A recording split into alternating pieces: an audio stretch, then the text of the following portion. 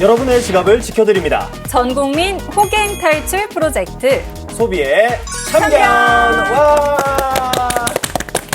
네, 오늘도 저희와 함께할 두 분 소개해드리겠습니다. 정은선 한국소비자원 대전 세종 충청지원장, 한국소비자원 부산 울산 경남지원장인 이선주 변호사입니다. 어서 오세요. 어서 오세요. 안녕하세요. 소비의 참견 덕분에 모르던 소비 정보도 얻게 되고, 그리고 평소에 알고 있던 거는 더더욱 기억에 잘 새길 수 있는 시간을 갖고 있는데요. 이 소비자 고충을 듣고 상담해드리는 코너 호갱 탈출 넘버원 바로 시작해볼까요? 고충녀가 보낸 사연인데요. 안마의자도 리콜이 되나요? 시작합니다. 안녕하세요. 40대 고충녀입니다. 이 일은 이사한 친구 집에 놀러간 그날 시작됐습니다. 세상에 이거 엄청 비싼 거잖아. 우리 남편이 이사 축하 선물로 사줬어. 그냥 척 보기만 해도 엄청나게 비싼 안마의자. 광고로만 보던 그 의자가 제 친구 집 거실에 떡하니 놓여 있었던 거죠. 이거 그럼 그냥 렌탈이지? 설마 몇 년 계약했어? 어머, 얘는 당연히 구매했지. 우리 남편 통 큰 거 알잖아. 한번 이용해 볼래? 너 요즘 허리 안 좋다며. 싹 풀고 가. 그래. 친구의 자랑질이 조금 눈꼴 사납긴 했지만 비싼 안마의자는 뭐가 다른지 조금 궁금하잖아요. 또 허리도 마침 아픈 것도 있어서 냉큼 앉아 비싸디 비싼 그 기계의 맛을 봤더랬죠. 어땠냐고요? 전 한 가지 결심을 했어요. 나도 산다. 안마의자. 아이, 무슨 안마의자야, 갑자기. 안 돼! 여보, 내 말 좀 들어봐. 아니, 비싼 건 이 터치부터 다르더라니까. 뭐랄까? 우주에 떠 있는 듯한 그 무중력을 내가 경험을 했단 말이야. 이 전신이 한 번에 쫙 풀리더라니까. 나 요즘 허리 안 좋은 거 알지? 여보. 근데 지금 허리가 고속도로처럼 쫙 펴졌고, 나 종아리 봐봐. 지금 빨리 만져봐봐. 알이 다 풀려서 지금 나 완전 기린다리 됐다니까. 허리 쫙 펴지면 죽어, 여보. 내 말 좀 들어봐. 안 돼! 하지만 남편을 설득하기란 쉽지 않았어요. 온갖 감언이설로 꼬드겨도 안 넘어오더라고요. 그래서 다른 방법도 써봤습니다. 사줘! 안마의자! 다 들어눕는다. 사줘! 안마의자! 어른은 떼쓰는 거 아니야. 그만. 우리 상아 그만. 네, 안 통했고요. 그래서 최후의 수단을 꺼내 들었습니다. 여보. 아우, 왜 그래? 아이, 정말, 왜? 여봉. 여봉의 여봉은 너무 힘들어. 여봉이가 안마의자 안에 사주면 참 좋겠는데. 여봉. 제 애교 작전은 결과적으로 성공. 다신 여봉이라고 부르지 않는 게 조건이긴 했지만 어쨌든 사승이 된 거죠. 물론 일시불 구매는 아니었고요. 렌탈로 말이에요. 안마의자가 집에 온 날 전 바로 이용했어요. 압이 센 걸 좋아해서 센 압으로 여러 번 받았죠. 그런데 다음날 아침, 어찌된 일인지 전 자리에서 일어날 수 없었어요. 허리에 엄청난 통증이 느껴졌거든요. 어찌어찌해서 병원에 갔는데 청천벽력 같은 얘기 들었습니다. 엑스레이 사진 보세요. 허리 협착이 좀 있었는데 네. 그새 더 심해졌어요. 허리에 무슨 짓을 하신 거예요? 그저 안마의자를 열심히 이용했다는 것뿐입니다. 팔자에도 없는 애교까지 불사하며 얻어낸 안마의자였지만 허리 건강이 더 안 좋아진 것 같아서 계약을 철회하려고 했는데요. 돌아온 대답은 이미 이용했기 때문에 안 된다. 해지하려면 위약금을 내야 된다라고 하더라고요. 세상에, 위약금 액수는 왜 그렇게 또 큰지 이러지도 저러지도 못하고 있습니다. 이제 전 어떻게 해야 하나요? 남편에게 혼날 것 같아요. 네, 좋습니다. 본격적으로 어떤 이 소비자 구제를 하기 전에 박수 한번 치고 가겠습니다. 야, 우리 애교 무늬를 뛰어넘는 엄청난 애교 연기를 선보인 우리 김상아 아나운서. 이렇게 먹고 살기가 힘듭니다. 네, 저희 방송하는 왜 그래, 여보? 예, 이제 그만 듣고 싶고요. 그래요. 자, 본론으로 넘어와서. 자, 왜 우리가 안마의자 하면 위시리스트라고 하잖아요. 네. 부모님의 소망이기도 하고 네. 꿈의 피해 가전이 바로 이 안마 의자거든요. 어찌 보면 이 안마 의자가 좀 약간 효도의 상징처럼 되어가고도 있는데 사실 뭐 내 몸 좋자고 혹은 이제 부모님 좀 건강을 위해서 샀는데 그것이 오히려 부모님의 어떤 몸을 건강을 상하게 한다면은 그것만큼 돈도 아깝고 마음도 아픈 일이 어디 있을까 싶습니다. 네, 그 한국소비자원 그 위해 사례를 저희가 모으고 있는데 예. 거기에 안마의자에 관련된 것이 매년 조금 상승하고 있는 추세입니다. 이 60대 여성이 이제부터는 장소를 조금 유심히 들으셔야 돼요. 찜질방에 가셔가지고 집이 안마의자를 아닌 찜질방. 이용했어요. 낯선 안마의자죠. 네. 네, 그랬는데 의자가 갑자기 잘 누워서 봤다가 갑자기 세워진 거예요. 그래서 어깨를 비롯해서 신체에 좀 심한 통증을 느껴서 병원에 갔더니 들어보셨나 모르겠는데 척추 압박골절 이런 어이구야. 것들을 진단을 받고 이런 예. 치료한 사례가 있고요. 또 평소에 이제 목 디스크랑 그다음에 이제 허리 통증을 앓는 50대 여성이 있으셨는데 매장을 방문해서 10분을 체험을 하셨어요. 신중한 소비자예요. 예. 체험을 하시고 집에 가지고 왔는데 쭉 이렇게 이용을 하면서 오히려 그 허리와 등의 통증이 심해진 사례가 있습니다. 골절이란 얘기까지 나오니까 정말 무섭습니다. 그리고 왠지 피해가 좀 60대 이상 어르신들에게서 많이 발생을 할 것 같아요. 창의 증상별 현황을 보면 통증이 가장 많았고요. 골절이 발생한 사건이 9건이었는데 예. 그중에서도 연령 확인이 가능한 사건에서 60대 이상으로 모두 확인이 되었습니다. 아무래도 근육이나 뼈가 약한 분들은 강한 압력이 가해지다 보면 네. 골절을 입으실 가능성이, 위험성이 많아지겠죠. 그렇죠.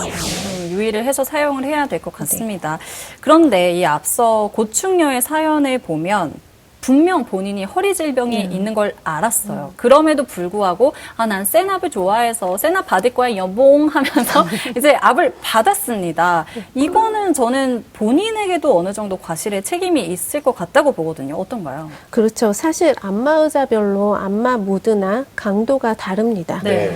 몸에 이제 이상이 있거나 질병이 있는 경우 이때는 반드시 의사와의 상담을 통해서 이용 여부를 결정을 하셔야 합니다. 특히 안마의자 사용 설명서를 보면은요, 어린이나 노약자, 임산부, 고령자, 척추질환자, 뼈계통에 이상이 있는 경우에 사용을 제한하고 있는데요.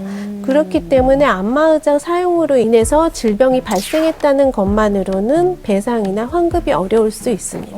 기저질환이 있으신 분들도 네. 중요한 포인트예요. 뭐 고령자라고 하셔가지고 다 이용하기 어려운 건 아니고 그렇죠. 기저질환이 있으신 분, 그 다음에 기본적으로 육체에 통증이 있으신 분들은 좀 조심을 하셔야 되는 거죠. 그렇습니다. 뭐 이렇게 안전성 문제는 안마의자뿐만 아니라 어떤 제품이든 사실 도사리고 있기는 한데요. 네, 이렇게 쌀쌀해지기 시작하는 계절부터 특히 더 조심해야 하는 제품이 있다고요? 네, 제가 예전에 그 어떤 어르신들을 조금 만난 적이 있었는데 제가 깜짝 놀랐어요. 예. 이 제품을 사계절 쓰시는 분들 있습니다. 오. 우리가 보통 계절 제품으로 알고 있지만 예. 사계절 집에다 깔아놓으시는 분들이 있습니다. 자, 무엇일까요? 네. 전 알 것 같네요. 뭐죠? 전기장판? 맞습니다. 바로 이제 온수매트나 전기장판인데요. 예. 아니 무슨 뭐 겨울에만 쓰는 거 아니야? 그런데 이제 요즘에 기온이 많이 내려가고 네. 아침 저녁으로는 바람이 살랑살랑 불잖아요. 네. 이럴 때 이제 매트 꺼내야 되겠다 쓰신다 이런 분도 맞습니다. 있으시죠. 네. 저도 거의 매트를 24계절이 뭐죠? 24개월. 12개월. 4계절을 다 쓰는 편이라서 저온 화상 이런 거 있잖아요. 아니면 뭐 화재가 날 수도 있고 이런 거 아닌가요? 우리 저 MC님은 정말 연기도 잘하시지만 하셔가지고 명석하죠? 아마 다들 그러실 거예요. 장판이 뭐가 뜨거워? 나는 부족하던데 더 뜨거웠으면 좋겠는데 예. 그 고온도 아니잖아. 근데 이제 저온화상이라는 거는 이게 한 40도에서 50도 사이 그렇게 상대적으로 높지 않은 그런 그 온도에서 지속적으로 피부가 이제 한쪽이 눌리면서 이게 발생할 수 있는 화상인데요. 이게 아무래도 전기장판 위에서 주무실 때 한 자세로 이렇게 주무시게 되잖아요. 네. 그것 때문에 전기장판을 의식하고 이렇게 몸을 굴려서 왔다 갔다 할 수 없는 거잖아요. 그렇죠. 네. 그래서 지속적으로 눌리면서 이 혈액순환 장애가 생기고 복사열이 쌓여가지고 화상을 입게 되는 거죠. 이게 한국소비자원에서 이런 전기장판으로 인한 위해 사례가 많이 발생하는 시간대를 조사했는데 네. 오전 6시에서 9시로 나타났어요. 낮이 아니라. 네. 결국은 뭐죠? 밤에 자는 동안에 그런 것들이 발생한 거를 잠에서 깬 후에 발견한 거죠.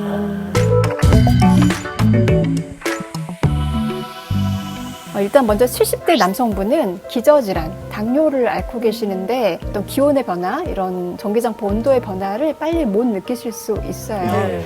이렇게 밤새에 엉덩이에 3도 화상을 입으신 거예요. 켜놓고 주무시다가. 예. 3도 그런 사례가 있고 젊은 여성분의 사례도 있습니다. 이분은 조금 추위를 많이 타셨나 봐요. 전기장판에서 누워 자다가 배에 2도 화상을 입고 그렇죠. 역시 치료를 받은 사례가 있습니다. 본인의 어떤 사용상의 뭐 부주의가 아닌 제품의 문제도 있다고요? 그렇죠. 이게 전기장판에서 화재가 발생해서 침구도 태우고 이 소비자는 두통하고 어지러움을 호소한 그런 사례가 있고요. 전기장판에서 자다가 제품이 과열돼서 발에 화상을 입었고 아이고. 또 베개가 녹아내렸다. 아니, 그 정도. 그 다음에 이제 어린이 사례 하나 말씀드릴게요.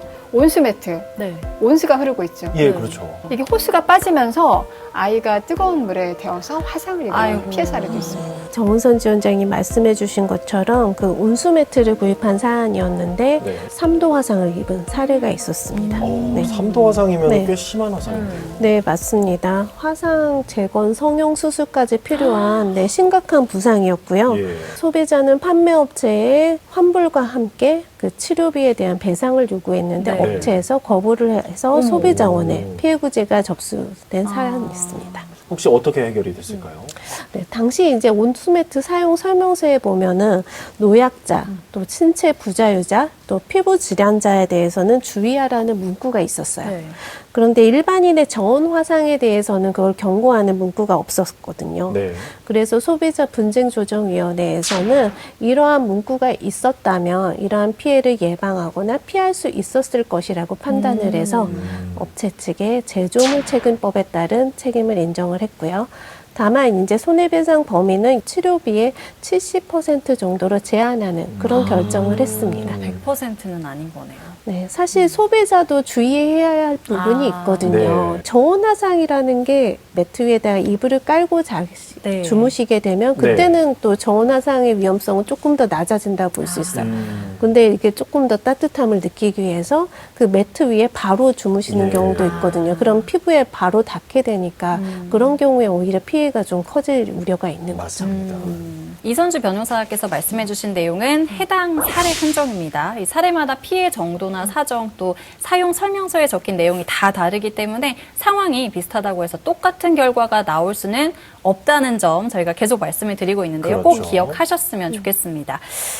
그런데 또 다른 전자 제품으로도 피해를 당할 수 있잖아요. 이럴 경우에는 배상받기 위해 우리가 항상 강조하는 거, 증거를 모아야 한다. 중요하죠. 네, 먼저 피해 현장에 대한 사진이나 동영상 자료를 확보를 해놓으시고요. 그리고 전자제품에 대한 구입 내역과 함께 사용 설명서, 구매하실 때 표시 광고에 안내된 사항이나 신체 피해에 대한 병원에서의 진단서나 소견서, 전자제품으로 인해 피해가 발생하였음을 입증할 수 있는 자료를 구비하시면 좋을 것 같습니다. 그럼 이렇게 렌탈 계약을 하기 전에 이것만은 좀 기억했으면 좋겠다. 뭐 이런 것들도 있을까요? 네, 일단은 먼저 계약을 체결을 하기 전에 그 제품에 대해서 충분히 한번 체험을 해보실 것을 권유드립니다. 요즘 또 체험 카페도 많이 네, 되어 있잖아요. 맞습니다. 그렇죠. 그리고 제품을 설치하거나 사용한 다음에는 이미 그 제품을 다시 판매하기에는 그 가치가 현저히 하락한 상태이기 때문에 그때에는 이제 계약 해지가 어려울 수 있거든요.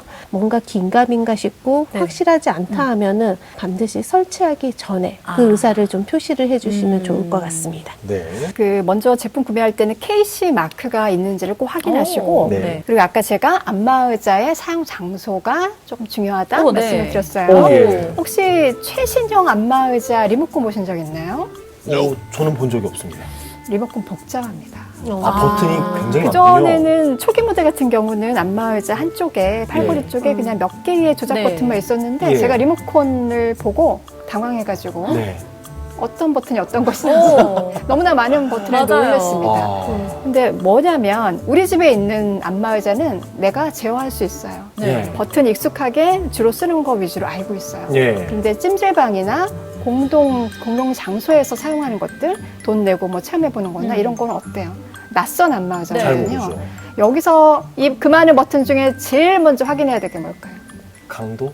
스탑 버튼. 아, 멈추는 거. 왜냐면 이 강도가 내가 참을 수 없는 정도의 예. 강도라든지 아니면 옷이나 어떤 게 낄 수도 있어요. 예, 네. 그러네요. 중요한 순간에 바로 중지를 할 수 있도록 스탑 버튼을 좀 확인하신 다음에 예. 진행을 하셔야 됩니다. 네네. 사실 근데 조금 뭐 슬픈 얘기인데 손을 거기다 넣은 거예요. 안마 거기다가. 그래서 예, 이게 넣을 수가 버튼을 있죠. 조작하지 못했다는 그런 사례도 있어서 꼭 먼저 체크하시고 이용하셔야 되겠습니다.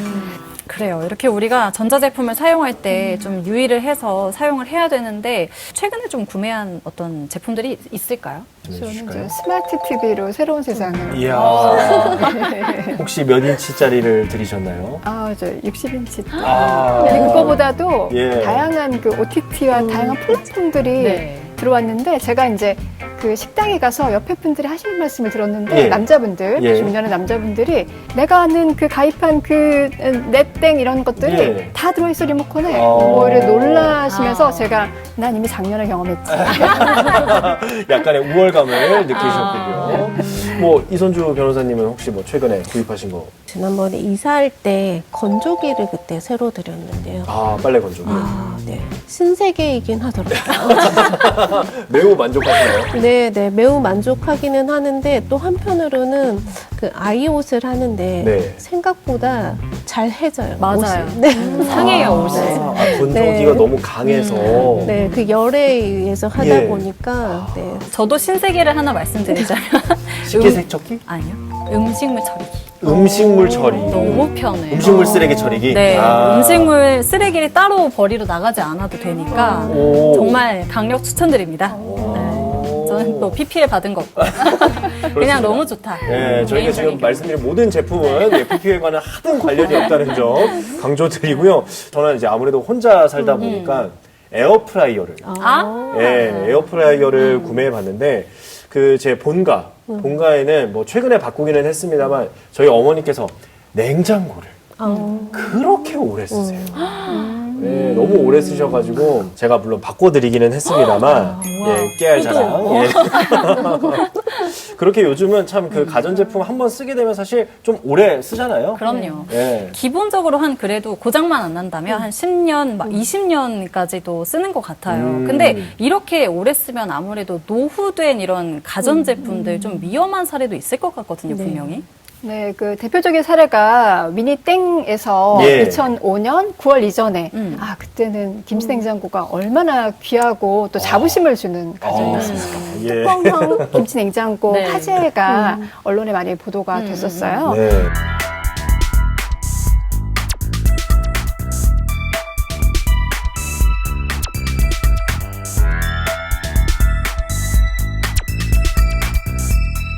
사실 근데 그게 20년 이상 그 오래 쓰면서 특정 부품이 좀 노후화되면서 이게 화재로 이어졌던 거거든요.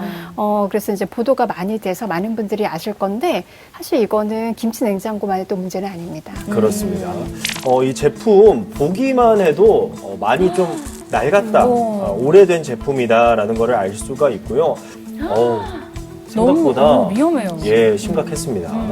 그러니까요. 이렇게 김치냉장고도 대표적으로 오래 쓰는 가전제품이거든요. 특히 우리 부모님들은 웬만하면 안 바꾸시잖아요. 네. 우리 민준 씨 어머님도 얘기를 해주셨는데 좀 더 걱정이 되는 부분이기도 합니다. 이런 그렇습니다. 거는 어떻게 좀 처리가 됐나요? 예, 이 사건 냉장고 같은 경우에는 제조사가 2020년 12월부터 네. 자발적 리콜을 실시하고 있습니다. 네. 한국소비자원 역시 2021년 5월부터 리콜 홍보 활동을 적극적으로 추진을 했고요. 그런데 워낙 오래된 모델이어서 소비자 구매 이력을 좀 추적하기도 어렵다 보니까 좀 한계가 있었습니다. 그래서 아직까지 제품 한 만여 대가 아직 회수가 되지 않은 상황입니다. 해당 제품 화재의 피해자가 대부분이 이제 60대 이상의 고령층이었습니다. 네, 그렇다 보니까 네, 정보 접근성이 낮겠죠. 네. 본인이 사용하는 김치냉장고가 리콜 대상 김치냉장고인지 여부를 아예 파악하지 못한 경우가 많았고요. 네.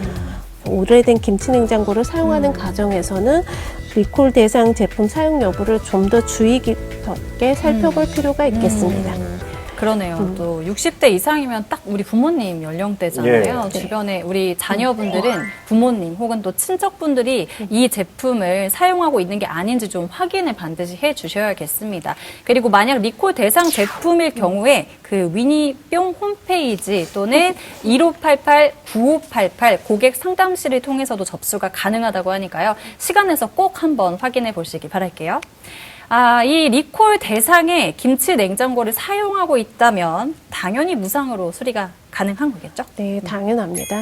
노후 부품 무상 교체를 포함한 안전 점검, 그리고 제품 폐기를 원하는 경우에는 무상 방문 수거까지 가능합니다. 네, 여러분 들으셨죠? 무상이라고 합니다. 네. 집에 혹시 노후 김치 냉장고가 있다면은 모델을 꼭 확인하셔가지고 리콜 대상이면은 리콜을 받으셨으면 좋겠고요. 아무래도 오래 쓰면 고장도 나게 되고 문제가 생길 위험이 높아집니다. 오래 쓸 때 쓰시더라도 이렇게 쓰자라고 좀 주의사항을 말씀해 주실 수 있을까요? 지원장님? 네, 제 주변 지인도 세탁기 한 10년 됐는데 네. 화재가 났다고 들었거든요. 다행히 이제 본인이 그 자리에 계셔가지고 초기 진화를 했는데 예. 그래서 가전제품들 다 전체적으로 좀 보셔야 되고 일단은 10년 이상 사용하고 계신 것들은 정기적으로 업체 얘기를 해서 좀 안전 점검을 받으시는 게 좋고 가전제품이 한번 자리 잡으면 사실 꺼내기 쉽지 않은 네. 거는 맞는데 이게 그 전원선이나 전원 플러그가 과하게 이렇게 구부러져 있거나 네. 다른 물체에 눌려 있거나 네. 또는 그 플러그에 먼지가 쌓이지 않는지 네. 먼지로 인해서 또 스파크가 발생할 수 네. 있기 때문에 맞습니다. 그런 것들 한번 살펴주시고요. 혹시라도 연기가 나거나 타는 냄새가 나면 바로 전원 코드를 뽑고 서비스 센터에다가 연락을 하셔야겠습니다. 네.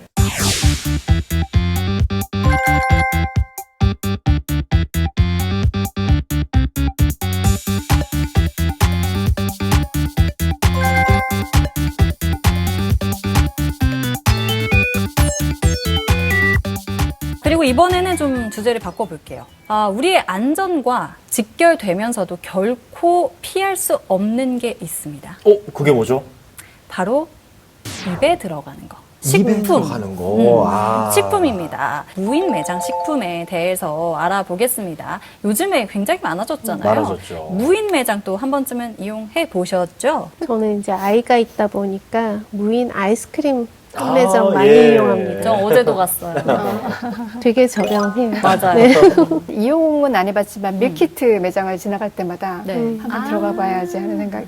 저는 밀키트 매장을 이용하고 있습니다. 네, 그러세요? 집 앞에 무인 매장이 있어가지고 뭐 부대찌개라든지 아니면 뭐 김치찌개라든지 그런 것들이 아주 예쁘게 포장이 잘 되어 있더라고요. 그래서 그냥 그거 가지고 와서 물만 붓고 끓이면 되니까 아주 편리해서 저는 좀 이용을 하고 있습니다. 이렇게 우리가 일상생활에서 굉장히 많이 이용하는 게 바로 이 무인 매장인데 과연 이 안전할지 우리가 또 이걸 알아봐야 되잖아요. 지난해 한국소비자원에서 무인 매장 29곳에서 판매하는 밀키트, 과자, 생선회, 육회 이런 35개 식품을 조사를 했거든요. 근데 여러 문제들이 발견됐다고 합니다. 물론 이제 모든 매장이 그렇다는 말씀은 아니고요. 그러니까 오해하지 마시길 바랍니다. 아주 일부 매장에 한해서 발견된 문제라는 점을 기억해 주시고요. 특정 육회와 특정 소불고기 전골의 경우 식중독균이 검출이 됐다고 하고요. 그리고 한 무인과자점에서는 소비 기한이 3개월 이상 지난 식품을 판매한 것도 있었다고 합니다. 다행히 해당 지점은 현재 폐업한 상태라고 하고요. 그리고 제가 자주 먹고 있다고 한 밀키트의 이 재료 변질 사례도 있었다고 하는데요. 사진 보시면은 좀 많이 색깔이. 색상도 그렇고 좀 제품이 많이 변질이 됐구나라는 사실을 알 수가 있습니다. 네, 말씀드렸듯이 일부 매장에 이런 일이 발생했다는 점 기억해 주시고요. 무인 매장 식품이든 배달 음식이든 뭔가를 먹고 탈이 났을 경우 치료비나 음식값 등을 좀 변상받을 수 있게 기준이나 시스템 같은 것들이 좀 마련이 돼 있는 편인가요? 사실 이 부분에 대한 피해 구제는 쉽지 않습니다. 그렇군요. 복통의 원인이 워낙 다양하기도 하고 네. 이미 문제된 제품을 폐기하거나 아니면 이미 다 섭취를 해버려서 그렇죠. 남아있지 않은 경우도 있고요. 그래서 보통은 도의적인 차원에서 음식값 환불이나 네. 치료비 정도의 배상으로 종결하는 경우가 많습니다. 네. 뭐 재료 변질이나 이렇게 눈에 보이는 변질이나 아니면은 소비 기한처럼 뭐 보이는 문제야 피할 수라도 있겠지만은 바이러스라든지 식중독균처럼 눈에 보이지 않는 경우에는 사실 소비자로서는 이걸 뭐 증명하기도 어렵고 좀 구제받기 어려운 것 같은데요.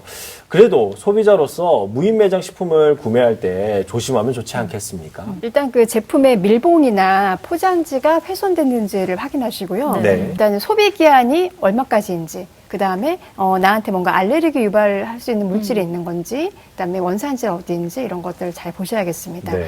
물론 소비자들도 그런 걸 살펴봐야 되지만 기본적으로는 그 업주분들이 가장 신경을 써야겠죠. 네. 그래서 소비자원은 그 앞서 조사 결과를 바탕으로 해서 그런 무인 매장의 판매자들에게 그 식품 안전 관리 지침을 참고해서 위생에 좀 많이 신경을 써달라고 권고했습니다. 네. 다음은 요즘 트렌드를 반영한 식품이죠. 제로 음료입니다. 저도 일부러 건강을 생각해서 좀 굳이 비교를 하자면 제로가 써 있는 걸 좀 선택을 하려고 하는 편인데 양심의 문제인 거죠? 그렇죠. 네, 양심의 문제. 조금이라도. 조금이라도 그렇습니다. 건강을 생각하기 위해서. 이 트렌드를 반영해서 최근에 한국소비자원에서도 제로 음료 14개 제품의 감미료와 또 당류 함량, 중금속 등 안전성을 시험하고 또 표시 실태 및 가격 등을 조사를 했거든요. 네. 설탕 대체 감미료를 가장 적게 사용한 제품은 밀키 제로와 칠사이 제로 그리고 맥클 제로였습니다. 참고로 당류는 검출되지 않았는데 검출됐더라도 미량이라서 제로 슈가 표시 기준에 모두 적합했다고 합니다. 그렇습니다. 감미료도 일일 섭취 허용량이 정해져 있는데요. 제품에 따라 한 개당 일일 섭취 허용량의 10% 이상에 해당하는 양이 들어있기 때문에 당연히 과한 섭취는 안 좋겠죠. 네. 그리고 세계보건기구에서는 감미료를 체중 조절이나 당뇨 등 질병 저감 수단으로 사용하지 말 것을 공고하고 있습니다. 네, 이렇게 요즘 최신 트렌드를 반영한 식품 안전에 대해서도 이야기 나눠봤는데요. 가전제품 그리고 식품 이게 모두 우리가 살아가는데 꼭 필요한 것인 만큼 갑작스럽게 피해를 당하지 않도록 주의를 기울이는 게 제일 좋겠습니다.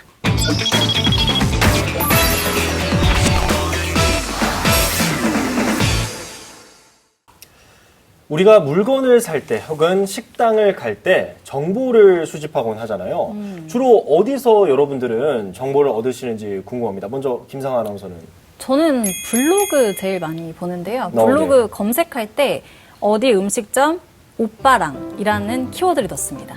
오빠를 굉장히 좋아하시네요. 아니 그게 왜 그러냐면 실제로 그러니까 예. 이 원고료를 받지 않고 내가 예. 직접 경험했다는 의미로 제목에 오빠랑을 꼭 써서 넣어서 찾으면 좋더라고요. 그런 의미였어요. 아, 그렇군요. 오해하지 마세요. 약간 당황하시는 것 같아가지고. 네, 우리 또 정우선 지원장님께서는. 저는 저기 이용해본 후기 아무래도 예, 예. 네, 이제 아, 후기. 블로그보다 저는 이제 이웃땡땡 아, 그쪽에서 예. 네 그리고 이제 유료 광고라고 되어 있는 것보다는 내돈내산 후기나 그래요. 이런 예, 거를 예. 좀 참고를 많이 합니다. 오, 그렇습니다. 예, 관련해서 한국소비자원에서도 설문조사를 진행했다고 하더라고요. 이 온라인 쇼핑몰 구매 후기가 가장 높은 비율을 차지했고요. 그 다음이 인터넷 카페나 블로그 리뷰였다고 합니다. 이 상품 구매에 후기와 리뷰가 얼마나 큰 역할을 하는지 알 수 있는 조사라고 볼 수가 있는데요. 그렇다 보니 요즘은 이 리뷰로 돈까지 벌 수 있게 됐다고 합니다. 돈이 되는 소비, 이번엔 돈이 되는 리뷰에 대해서 한번 알아보겠습니다.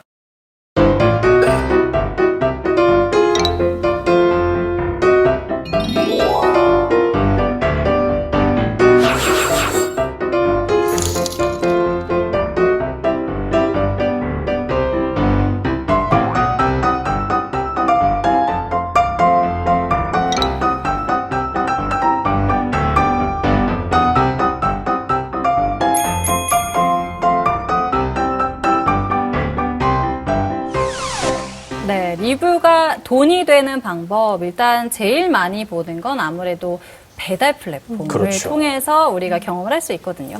리뷰를 쓰는 대가로 음식을 또 공짜로 받기도 하고 맞아요. 음료 같은 것도 받기도 하고 할인도 받잖아요. 네. 이 리뷰 좀 어떻게 남기는 편이세요? 저 같은 경우는 뭐 자주 배달 음식을 먹지는 않습니다만 배달 음식 시킬 때 혹시 뭐 사이드 메뉴를 공짜로 드립니다. 그러니까 리뷰를 써주시면 드립니다 하면은 꼭 그걸 선택하고 리뷰를 남기는 그렇죠. 편이긴 합니다. 예. 저는 얼마 전에 따끈따끈하게 얼마 전에 그 휴가 가가지고 고등어 구이를 한 마리 주신다고 그랬어요. 오, 그래서 남기셨군요. 예.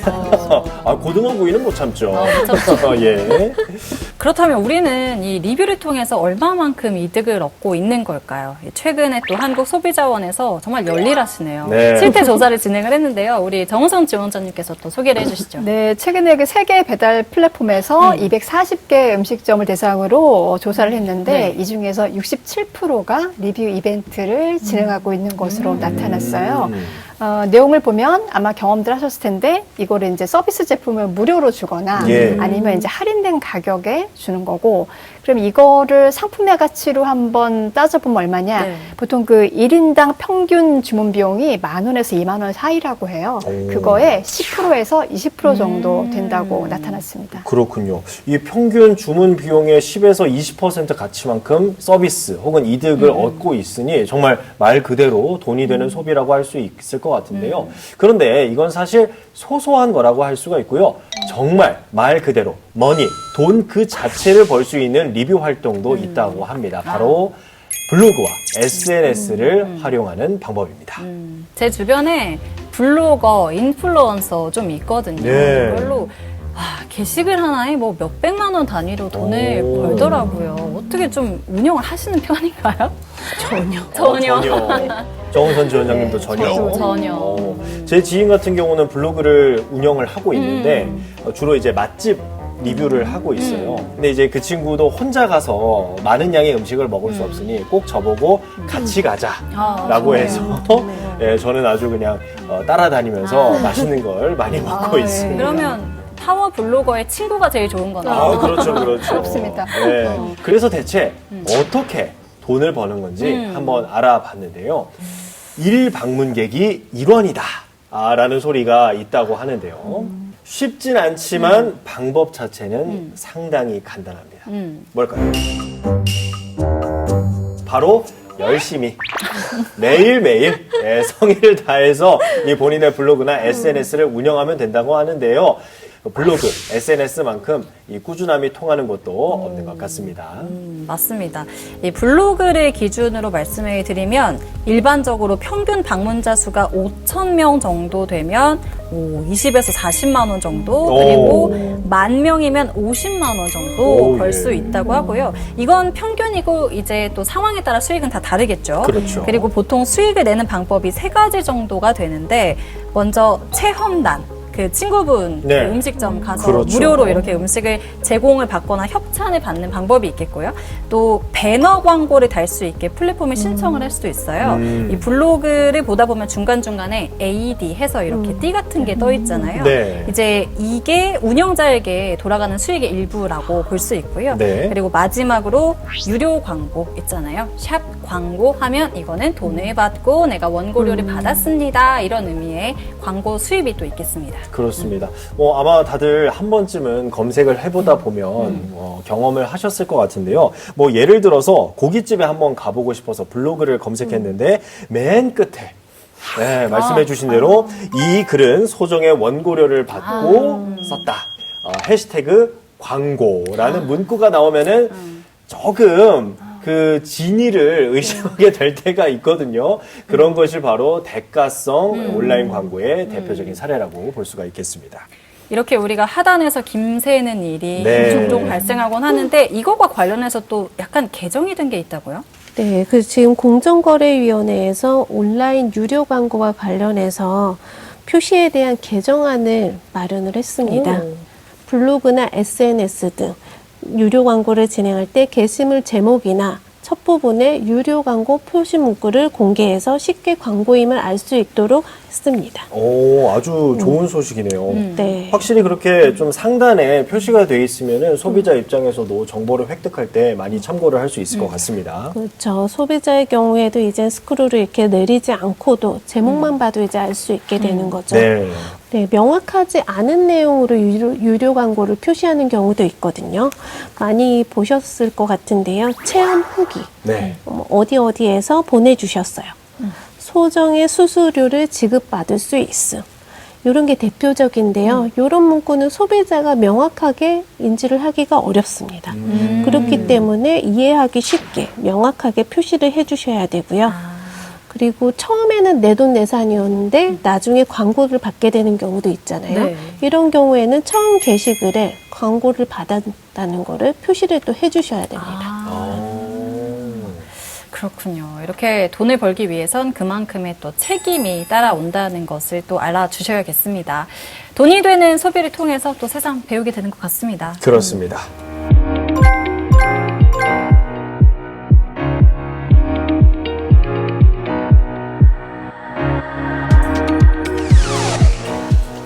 네, 오늘도 시청자 여러분께 또 도움이 많이 됐을 시간이었길 바라고요. 더 알찬 소비 지식 들고 다음 시간에 돌아오겠습니다.